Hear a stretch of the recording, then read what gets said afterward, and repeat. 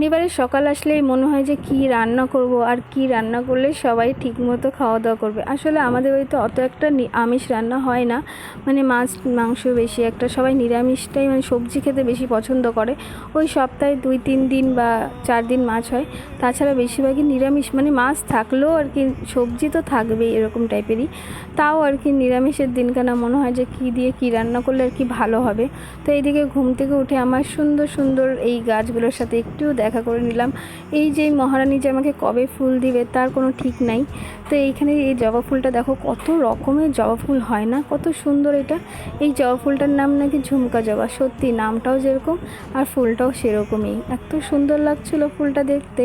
তো সকাল সকাল ঘুম থেকে ওঠার পরে এই ফুলগুলোর সাথে আমার অনেকক্ষণ টাইম কাটালাম।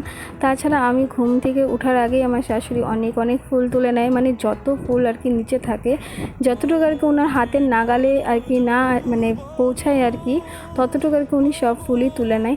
আর আকাশটা দেখো কত সুন্দর। এখন কে বলবে যে এত সকালে এত রোদ উঠে গেছে।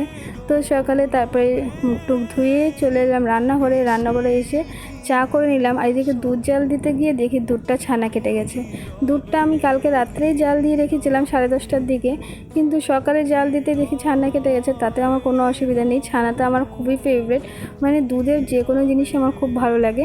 তারপরে এই যে সয়াবিন ভিজিয়ে রাখলাম, যে সয়াবিনই রান্না করি আজকে, তার জন্য সয়াবিনটাকে ভিজিয়ে রেখেছি। আমি গরম জলে অনেক একটা কম দিই, জলটা এমনি জলেই দিয়ে দিই। করেছিলাম মটরের ডাল, তাই তেলের মধ্যে জিরা, শুকনো লঙ্কা, তেজপাতা দিয়ে কিছুটা আদা কুচি দিয়ে দিলাম। তারপরে মটরের ডালটা দিয়ে দিয়েছি। আর আমার না মটর ডাল একটু পাতলা হলেই বেশি ভালো লাগে, বেশি ঘন ডাল আমার পছন্দ না।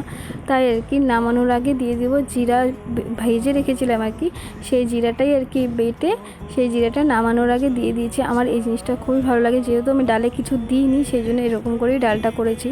আর এদিকে সয়াবিনটাকেও সুন্দর করে ভেজে নিয়েছি, তারপরে আলুগুলোকে ভেজে নিয়েছি লাল লাল করে। তারপর এর মধ্যে দিয়ে দেবো মশলার মধ্যে দিয়েছিলাম আদা, জিরা, কাঁচা লঙ্কা, টমেটো। এইভাবেই আমি সয়াবিন করি, মানে নিরামিষ সয়াবিনটা। আর নামানোর আগে ধনিয়া পাতা নয়তো গরম মশলা দিয়ে দিই। তো আজকে আর গরম মশলা দিইনি, দিয়েছিলাম আর কি আমাদের বাড়ির এক ধরনের ধনিয়া পাতা, জানি না সেটার নাম কি। সুন্দর করে মশলাটাকে আগে কষিয়ে নিব, কষানোর পরে ভেজে রাখা সয়াবিনটা দিয়ে কিছুটা গরম জল দিয়ে দেবো। আমি 1 গ্লাসের মতো গরম জল দিয়েছি। আমি বেশিরভাগ রান্নাতে গরম জলটা ইউজ করি, আমার গরম জল দিতে ভালো লাগে, কারণ কি তাড়াতাড়ি ফুটেও যায় আর টেস্টও হয় খেতে। সেই জন্য এখানে দিয়ে দেবো 1 গ্লাস গরম জল দিয়ে সুন্দর করে ফুটিয়ে নিব। আর এখানে যতক্ষণ আর কি আমার সয়াবিনটা আর কি ফুটছে, ততক্ষণ এখানে লতিটাকেও আর কি আমি গরম জলে সুন্দর করে সিদ্ধ করে নিচ্ছিলাম। রান্না করছি আর ভাবছি আর কি রান্না করা যায়, তাই ভাবলাম লতিটা আজকে ভাজবো না, এখানে সর্ষে বাটা দিয়ে লতিটা করবো। তাই অল্প একটু সর্ষে বাটা দিয়ে করেছি, কারণ কি বাছতে অনেক সময় লাগছিলো, আজকে আর বাছা হয়নি।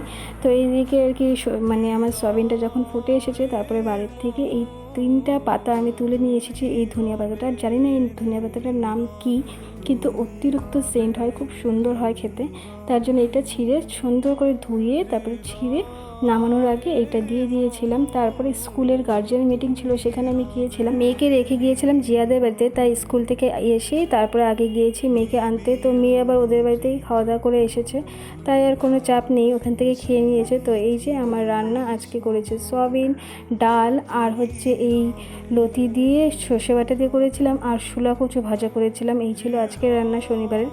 তো এনে মেয়েকে ঘুম পাড়িয়ে দিয়েছি, স্নান টান করে ঘুম পাড়িয়ে দিয়েছি। আর ও ঘুমালে আমার এই যে এক টিপ কাপড়, এইগুলো আর কি ভাঁজ করব। আর কি অনেক কাপড় হয়ে গেছে যেগুলো আমার ভাঁজ করা হয়নি। আমার ডেইলি অনেক অনেক কাপড় হয় ভাঁজ করার জন্য, মানে ধুতে দিয়ে দিই, তো এইগুলো আর কি ভাঁজ করতে লাগে। আমি সকালের দিকেই বেশিরটা ভাগ আর কি ভাঁজ করিনি, কিন্তু আজকে আর সকালে ভাঁজ করিনি, তাই ভাবলাম বিকেলের দিকেই বসে পড়ি, যতক্ষণ আর কি ফাঁকা আছি। তো আগে জামা কাপড়গুলো ভাঁজ করে নিই। জামা কাপড়গুলো না অগোছালো থাকলে একদমই ভালো লাগে না, সবসময় গুছানো থাকলে বেশি ভালো লাগে।